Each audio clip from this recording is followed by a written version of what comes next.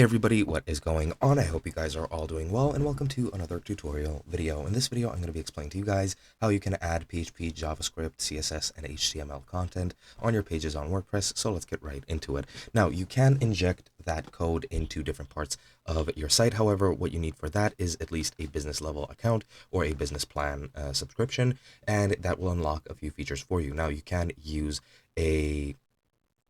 I forget what it's called, but an FTP client to get into the code of your site. You can also enter it through your hosting service if you're using a service that is not WordPress, so that you can edit those things there. Now, for each page, you can just go into Appearance and Customize, and you'll find a additional or custom CSS file or option which you can use to insert CSS. For HTML, it's a bit different, but a plugin which I would recommend you use is you will need to use the header footer injections. So header footer injections, there we go. And it should be this head footer and post injections.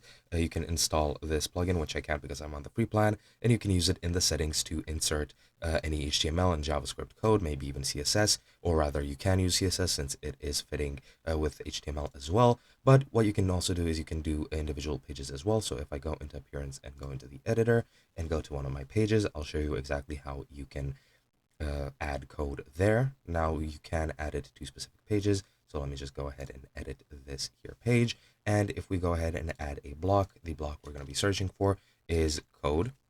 And you can add code just like this. You can add this code, short code, whatever you want. You have syntax highlighter code if you want to as well. But if we add the code, what we can do is write code here. And I'm pretty sure you don't need to edit anything. You can click edit as HTML if you want to edit the HTML of this, or you can edit visually and just write the HTML code here and it should work. Same goes for JavaScript and CSS as well, and PHP as far as I'm aware. And yeah, that is pretty much all you need to do if you want to add to pages specifically. And that's pretty much it. Hope you guys enjoyed, and I'll be seeing you guys in another video.